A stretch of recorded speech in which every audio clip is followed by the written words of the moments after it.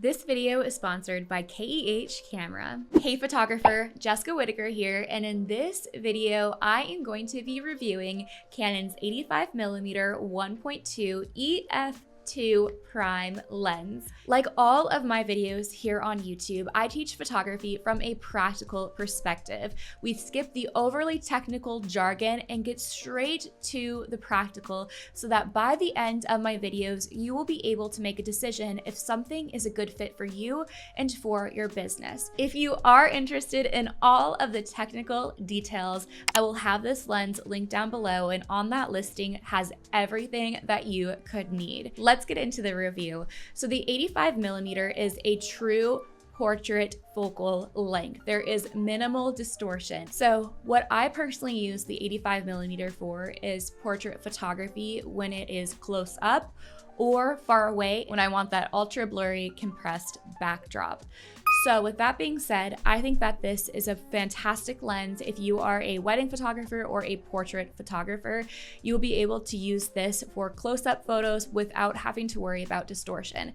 You could almost think of it as when you look in the mirror, this is what you're going to get. Whereas when you shoot with a 50mm or a 35, it's slightly pushed out, it's warped because a 35 is considered a wide angle lens. And a 50mm, there's a debate if it's truly a portrait lens or not, but with an 85mm, what you see in person is what you'll get with this lens. That makes it a fantastic option for senior photos, bridal portraits, anything close up, but I love using this as well for far away photos when I have as much room as possible, when I'm outside and I'm not limited with distance, because this lens is 85mm. You have to stand further away from your subject.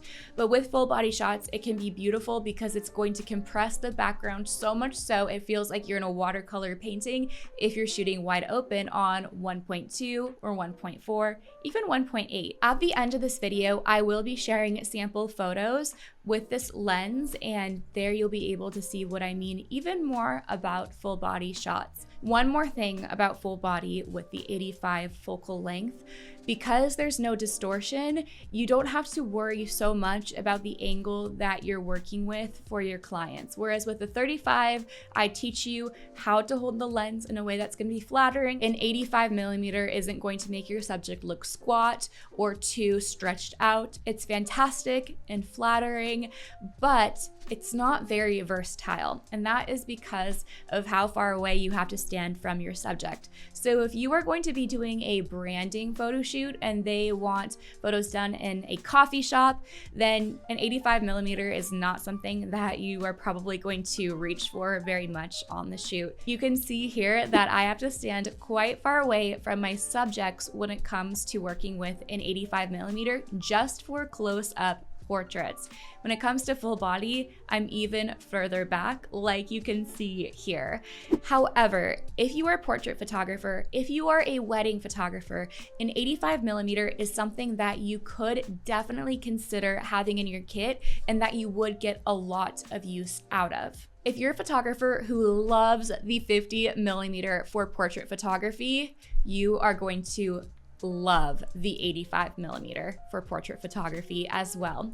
Now, if you're trying to decide, should you get a 35, 50, 85, or one of the three lenses, after this video, you need to go and watch my video where I compare the 35 against the 50 against the 85mm. I'll have it linked on the iCard above and down below. This is going to help you also make a decision if the 85 is a good focal length for you or if something else might work better. In that video, we do side-by-side comparisons of the three most popular focal lengths. What I'm reviewing right now is the 85 1.2, but there are two other price points if you're interested in an 85. There's the 1.4 and the 1.8, and all are available on KEH.com. Now, KEH is where you can buy and sell used camera equipment, both film and digital. You can also trade in gear and have gear repaired. With KEH, one of my favorite things, besides being able to save up to 40% off retail, is that there is a a quality tier. This lens is actually from KEH. I've been borrowing it for the past few months. Don't want to send it back. I don't own this, but they've been so generous to let me use it for tutorials. And this is an excellent plus condition. They have quality that goes from excellent plus all the way down to bargain. So you know exactly what you are putting your money towards because everything is quality inspected and quality rated.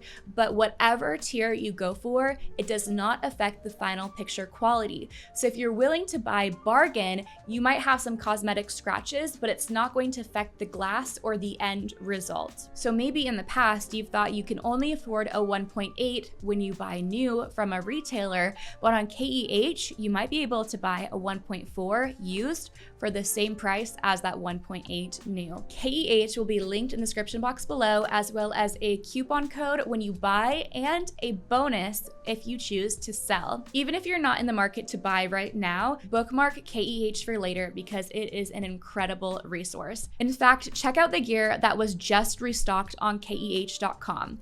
Don't miss out on the latest arrivals because there's no telling when all of this camera gear will be gone again. KEH also carries photography accessories that are essential to every photographer.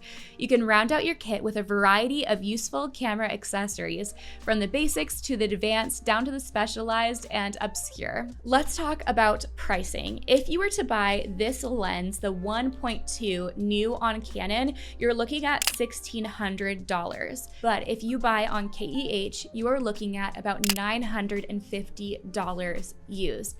Everything is quality inspected, so you know exactly what you're buying, exactly what you're putting your hard-earned money towards, unlike social media marketplaces and third-party auction sites. There's different price points also depending if you go for the 1.4 or the 1.8. I will have all three options linked down below for you. Let's talk about focusing with this lens. This lens in autofocus is quite tedious and it is very easy to miss the focus, especially when you are shooting wide open or up to 2.0, 2.5. In low light, the focusing is even slower, even when you're shooting at a higher aperture and a higher ISO. Now, with manual focus, the ring is very smooth, it's quite easy, and you have full control. So the focusing speed is just determined on how fast you can get it in focus. Again, this is a lens for portrait photography. Therefore, it's not something for the candid moments, especially on a wedding day, because the focusing on autofocus is a lot slower and more tedious. And it's not that it's hard to nail the focus, but you do have to have the patience. And once you get it in focus, it is gorgeous. With that being said, the aperture range goes from 1.2 all the way up to 16. Let's end the video talking about the size, weight, and the practicality of carrying this lens. So the size of the lens is big, and it's actually that it's large in circumference. It's still long. It's a bit longer than a 51.2, but this lens is very bulky. Now, this lens attached to a 5D Mark IV, it's going to be very, very heavy with the size and the weight, and considering that you have to stand quite far back for photos from your subject, this lens isn't something that is very practical for travel, or if you're going to the city with your friends and you want to bring one lens with you to get outfit photos of each other, or you're wanting to buy a lens for your own family photos and just documentation, this one would not be it. Just considering if you were to put this lens on your body in a tote bag, it's going to be very heavy and it's going to take up most of the room in your bag. This is a lens that you are going to want to have in a camera bag. If you're looking for a lens that is going to be versatile for travel, for family documentation, or even for your own business use, then I have a video where I go over 3 of my favorite lenses and who I think they are best suited for. In that video, you will be able to find a lens that will work best for you and for your lifestyle. I'll have it on the iCard above and down below in the description box. So who is the 85mm for? I would highly recommend this for portrait photographers, wedding photographers. If you are somebody who loves the 50mm, but you want something just a little bit more compressed, go for the 85. But if you are somebody who uses a 35mm and you don't do a ton of portrait photography, rather you are looking for a lens to use for your business or for documenting your own life and just your lifestyle in general, then go for a 50mm. However, for those of you who are like me and you do portrait photography, you are going to love the 85mm. I would encourage you to borrow it from a friend or to rent it before you make the jump. But when you're ready to purchase the 85, check out the 3 different price points for the 1.2, 1.4, and 1.8, all available on keh.com.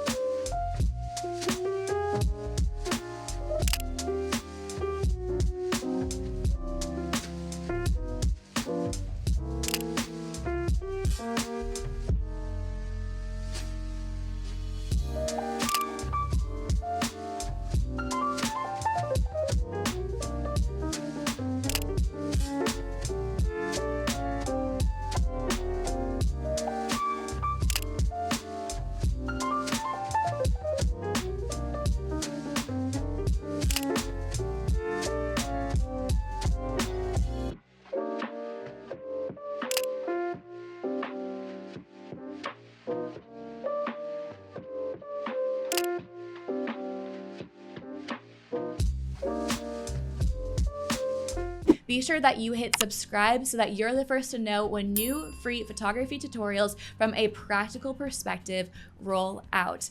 I will see you over in my next video where we are comparing the 5D Mark IV against the Nikon D850. I believe in you and I believe in your business, and I'll see you over in my next video. Bye.